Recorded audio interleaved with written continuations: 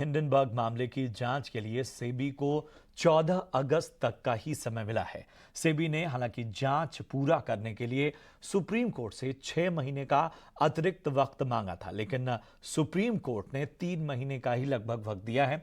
मामले पर ज्यादा जानकारी के साथ हमारे सहयोगी प्रकाश प्रियदर्शी जुड़ चुके हैं। प्रकाश, जरा बताएं कि क्या कहा गया है और फिलहाल जो है वो सेबी की ओर से कोर्ट में क्या बातें रखी गई।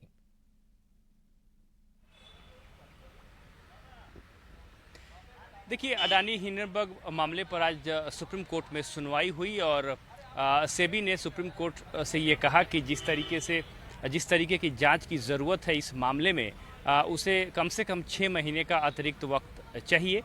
ये दलील सेबी ने पिछली हियरिंग में भी दी थी, जिसको कि सुप्रीम कोर्ट ने नहीं माना था और कहा था कि आप 3 महीने का समय ले लीजिए, क्योंकि आपको 2 महीने का समय पहले ही मिल चुका है। और साथ ही साथ सुप्रीम कोर्ट ने ये भी कहा कि जिस कमेटी का गठन किया गया था सुप्रीम कोर्ट के द्वारा, खासकर हिंडनबर्ग रिपोर्ट के बाद जो इन्वेस्टर्स हैं उनके हितों को ध्यान में रखते हुए जो सुझाव देने थे, उस कमेटी ने 2 महीने में अपनी जांच पूरी कर ली है और जो रिपोर्ट है वो सुप्रीम कोर्ट को सौंप दी है। लिहाजा सेबी को भी अपनी जो जांच है वो अगले 3 महीने के अंदर सुप्रीम कोर्ट को सौंप देनी चाहिए। लेकिन सेबी ने इस मामले में दलील ये दी कि जिस तरीके के जांच की ज़रूरत है, इसमें कई ऑफशोर कंपनीज इन्वॉल्व हैं, जिन 12 ट्रांजैक्शन का जिक्र हिंडनबर्ग ने अपने रिपोर्ट में किया है, उसको लेकर काफ़ी डेटा की ज़रूरत होगी, एनालिसिस की ज़रूरत होगी, लिस्टेड अनलिस्टेड कंपनी शामिल हैं।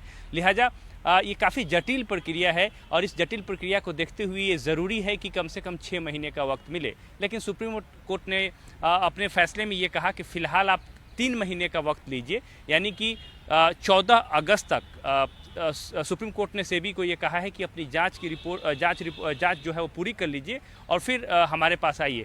लेकिन सुप्रीम कोर्ट ने ये ज़रूर कहा है कि अगर 14 अगस्त तक जांच आप पूरी नहीं कर पाते हैं तो एक स्टेटस रिपोर्ट आप दायर करिए और उसके बाद हम देखेंगे, और अगर ज़रूरत पड़ी तो हम आपको अतिरिक्त और 3 महीने का वक्त दे सकते हैं। तो इसमें 2 मामले हैं। पहला तो ये कि सेबी को 3 महीने का वक्त मिल गया है, और दूसरा ये कि अगर ज़रूरत पड़ी तो सुप्रीम कोर्ट ने ये कहा है कि वो सेबी को और अतिरिक्त 3 महीने का वक्त दे सकता है। लिहाजा सेबी के लिए ये विकल्प खुला हुआ है कि उसे 3 महीने का और वक्त मिल सकता है।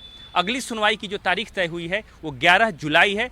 समर वैकेशन के बाद इस मामले की सुनवाई फिर से होगी। जो दूसरा मामला था, जो कमेटी जिसका गठन सुप्रीम कोर्ट ने खुद किया था, उसने अपनी रिपोर्ट सुप्रीम कोर्ट को सौंप दी है। उसमें यह कहा गया है कि जो उसके फाइंडिंग्स हैं वो पिटिशनर्स को दिए जाएंगे और उसके बाद जो है इस मामले पर सुप्रीम कोर्ट का क्या ऑब्जर्वेशन है वो 11 जुलाई को तय होगा। जी।